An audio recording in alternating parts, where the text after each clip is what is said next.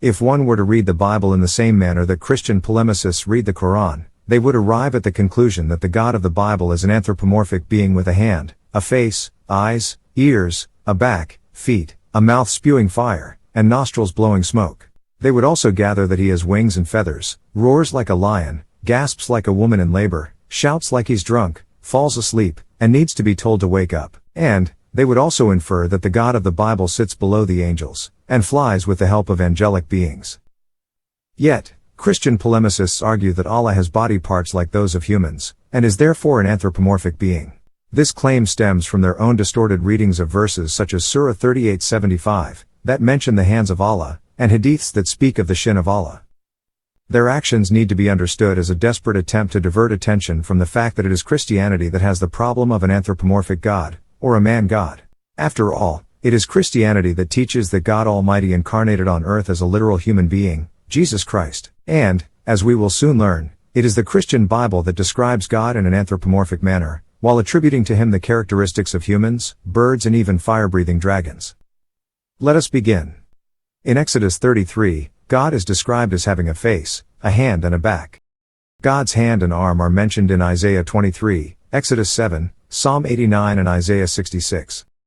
Isaiah 6 describes God as having a face and feet. The passage also tells us that God wears a robe and that there are angels standing above God. We also read that God uses their wings to cover his face and feet and even fly.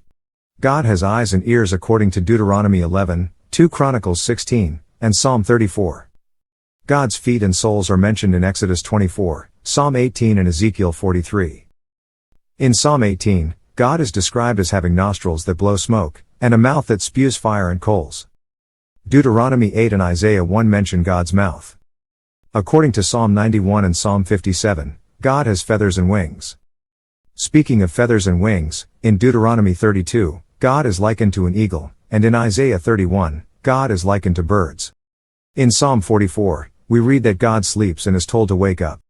In Psalm 78, God wakes up and is compared to a man waking up from sleep and as a warrior recovering from the intoxication of wine. In the King James Version of the same verse, God is compared to a warrior who shouts because he is drunk. According to Exodus 15, God is a man of war. According to Isaiah 42, God gasps and pants like a woman giving birth. According to Hosea 11, God roars like a lion. God is compared to a lion in Hosea 5, Jeremiah 25 and Isaiah 31.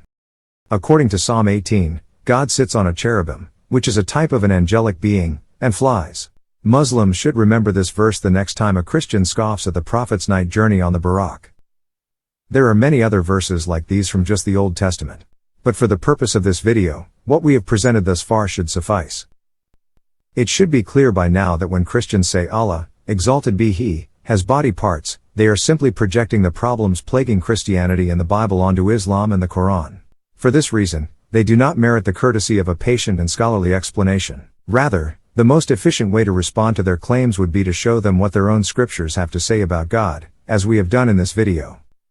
And so, just like in the previous episode, we have demonstrated that the silly arguments that Christians make against Allah, exalted be He, can just as well be applied to the God of the Bible, and to a much greater degree. Of course, if you were to ask the Christian polemicists about the portions of the Bible presented in this video, they would sputter and babble away about how they are simply metaphors or poetic ways of describing God's attributes.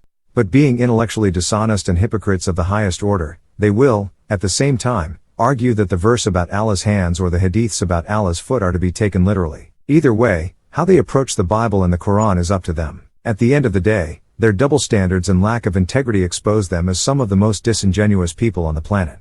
Remember, their claims are nothing more than childish taunts packaged as a serious argument. It is the concoction of rabble-rousers who pander to the biblically illiterate and the easily amused. For anyone who is sincerely interested in learning the truth, Islam explicitly teaches that there is nothing comparable to Allah, exalted be He. See Surah 42:11. That verse alone suffices to refute the Christian polemicist's claims that Allah, glorified be He, has body parts like humans.